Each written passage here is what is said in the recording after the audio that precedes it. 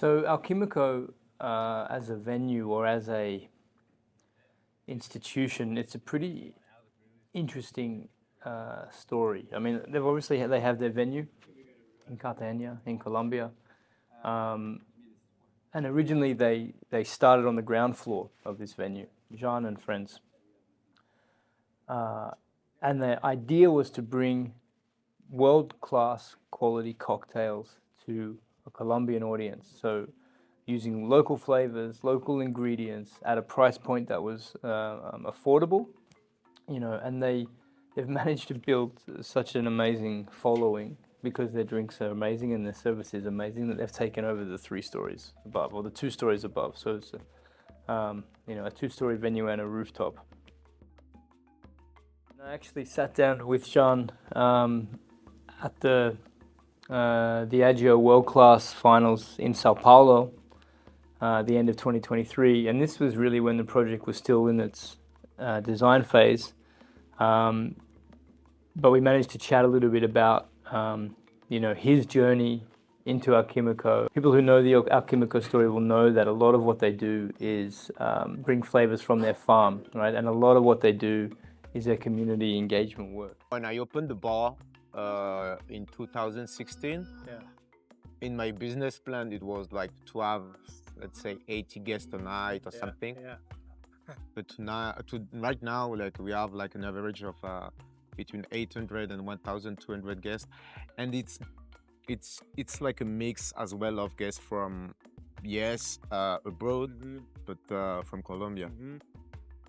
The main idea was like to start working local, and I used like a lot of infusion at the beginning of rum and fruits and spices from Colombia, and I divided by 3 the cost of the cocktail, so we made it more reachable for local people as well, So that was always the idea, like to make it reachable for anyone.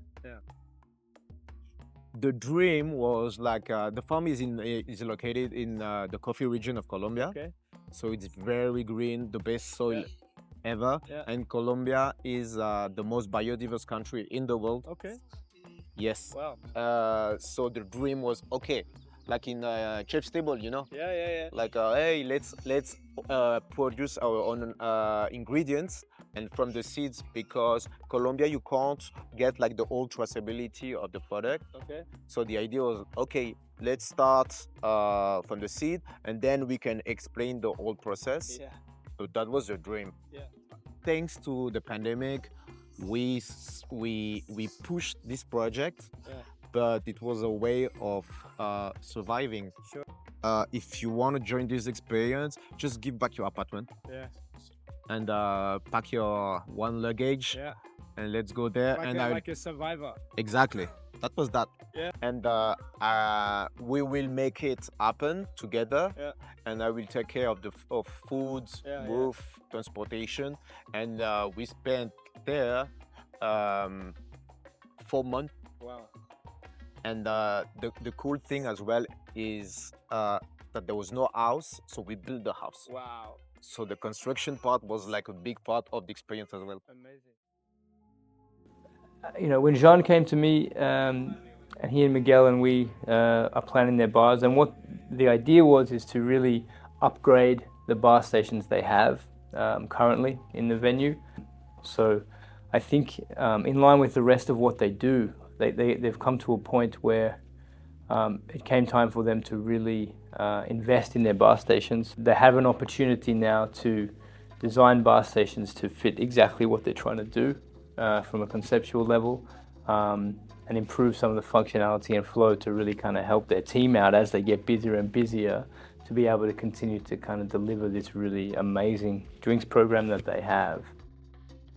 There are 4 stations. The main bar is a big square station in the middle of the first floor or the ground floor.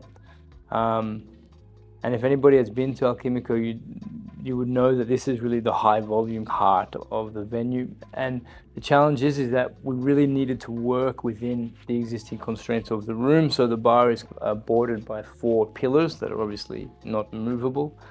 So the challenge is really using the existing footprint that they have, and then how do we improve efficiency and functionality within the station? And this is really where we can use our expertise, things that we learn from working on all different types of projects, and then combine that with what Jean, Miguel, and their ops team really want out of their station, what they're missing, and some improvements they'd like to see. So I think that this project was probably 6 to 8 months of concept work between Behind Bars and the team.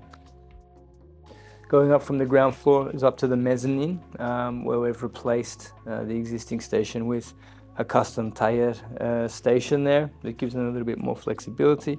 We've also added a little custom tap stations. Rooftop, we've completely renovated the station as well, completely replaced it with, I think that we've really improved the efficiency up there as well. So people on the rooftop, I think it's more of a kind of party atmosphere up there, and they're going to be able to get their drinks much quicker, which is going to be fantastic. Human part is the most important.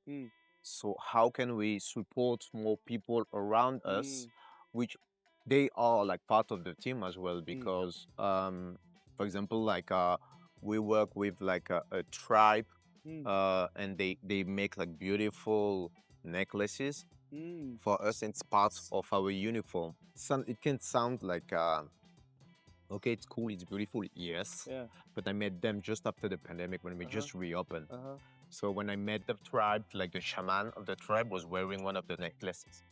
And it was about to say, okay, what was the situation for you during the pandemic? And then he told me, I mean, we only live, our only income come from like handcraft. So I said, yeah, how can we help you? He said, buying.